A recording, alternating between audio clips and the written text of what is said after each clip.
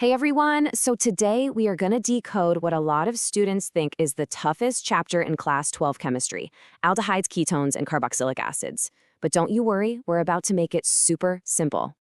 So here's the challenge. What if you could totally nail this chapter in just the next 5 minutes? We're going to tackle this head-on with a really high-speed revision that's tailor-made for your board exams. Okay, let's just dive right in.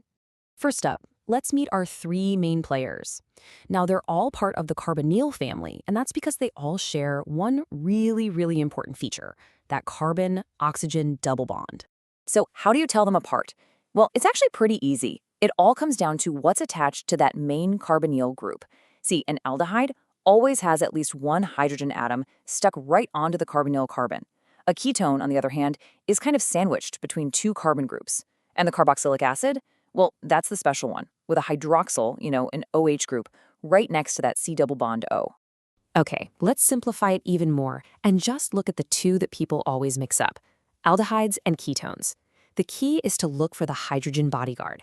If you spot a hydrogen atom directly protecting that carbonyl carbon, bam, it's an aldehyde. If it's surrounded by carbon chains on both sides with no hydrogen bodyguard in sight, it's a ketone. It's really as simple as that. All right, so now that we can spot them in a lineup, let's look at a couple of high-yield recipes for making aldehydes. These are named reactions, and trust me, they are absolute favorites for exam questions. First on the list is a total classic, the Rosamond reaction. This is going to be your go-to method for turning acyl chlorides into aldehydes. But how on earth do you remember the specific catalyst for this thing? Well, I got a little trick for you. The name Rosamond kind of sounds like rose, right? And what does the catalyst use? Hydrogen gas, or H2. So just picture this. You need a rose to cover up the not-so-great smell of hydrogen gas. Rose for Rosamond, H2 for the reagent. See? Easy. And look, the process is incredibly straightforward. You start with your acyl chloride, you add the catalyst, that's hydrogen gas over palladium supported on barium sulfate, and boom, you get your aldehyde. Oh, and that barium sulfate? It's pretty cool. It actually acts as a catalyst poison to make sure the aldehyde doesn't get overexcited and reduce all the way down to an alcohol. Okay, so that's one way to whip up an aldehyde.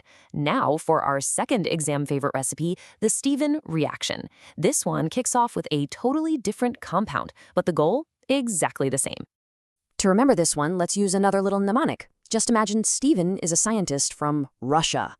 Now, why Russian? Because the starting material, a nitrile, is written as RCN. That cyan sound, in Russian, can remind you of the cyanide or cyano group. It's a little silly, but it works. And the process itself is just as direct. You take your Russian nitrile, you treat it with tin chloride and HCl, and then you just add some water. And like magic, that whole CN group just transforms into a CHO group. Okay, so we know how to identify them and how to make them. Now let's talk about how these compounds actually behave. We're going to focus on their most important, most testable reactions, their signature moves. Ozonolysis is a fantastic reaction that literally breaks alkenes apart. But here's the thing about exams. They love to flip this question on its head. They won't ask you for the products. Nope. They'll give you the products and ask for the starting material. Here is the pro gamer move for solving this in your exam. Don't work forward, work backward.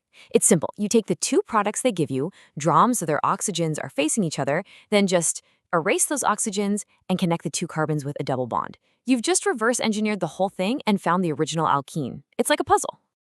Now for a classic point of confusion that trips so many people up, Aldol versus Cannizzaro. But honestly, the deciding factor is super simple. It all comes down to the presence of something called an alpha hydrogen. So what's that? It's just any hydrogen atom attached to the carbon right next to the carbonyl carbon. If there is an alpha hydrogen, the molecule does the Aldol condensation. If there are no alpha hydrogens, it does the Cannizzaro reaction. That's the rule. So let's apply that rule. Take a look at benzaldehyde. The carbonyl carbon is bonded right to the benzene ring. The carbon next to it, our alpha carbon, is part of that ring and has 0 hydrogens attached. So, since it has no alpha hydrogens, which reaction is it going to undergo? Exactly.